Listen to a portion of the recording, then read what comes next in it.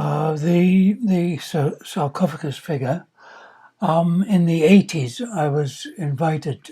There was an exhibition. I was part of an exhibition, and I was invited to take up a residency in Swansea, and they provided me with an elm tree because most of my work at this time was using the scale of the tree. But then, of course, I had no gear to do a vertical piece. So doing a piece lying on the ground was my simplest option. But you'll notice on this one, the most of the action here is the chainsaw, because this was my main tool at this time, carving trees, and so this was the. I did actually sense.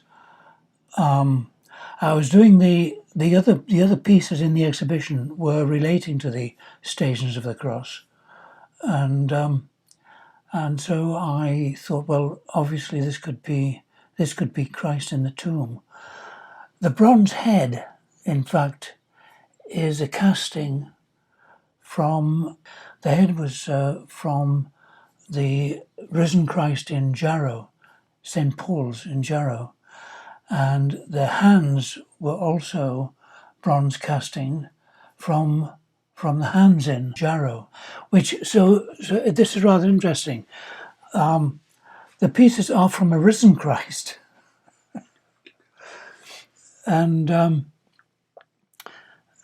so it's it's Christ in the tomb as a metaphor, but there is a reference in the head and in the hands of the risen Christ. The reason for the bronze is that the bronze can be activated by polishing, and thereby involving light, which is a kind of a dynamic, and therefore an idea of the resurrection. So within the tomb image, there is the metaphor of the resurrection. But the actual language, the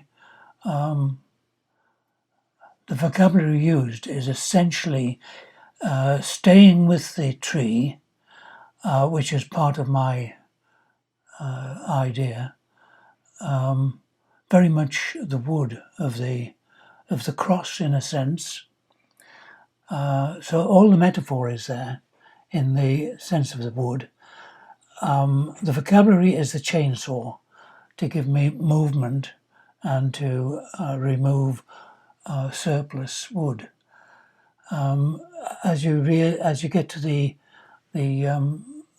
feet, you get the sense of what, of course, in today is the coffin.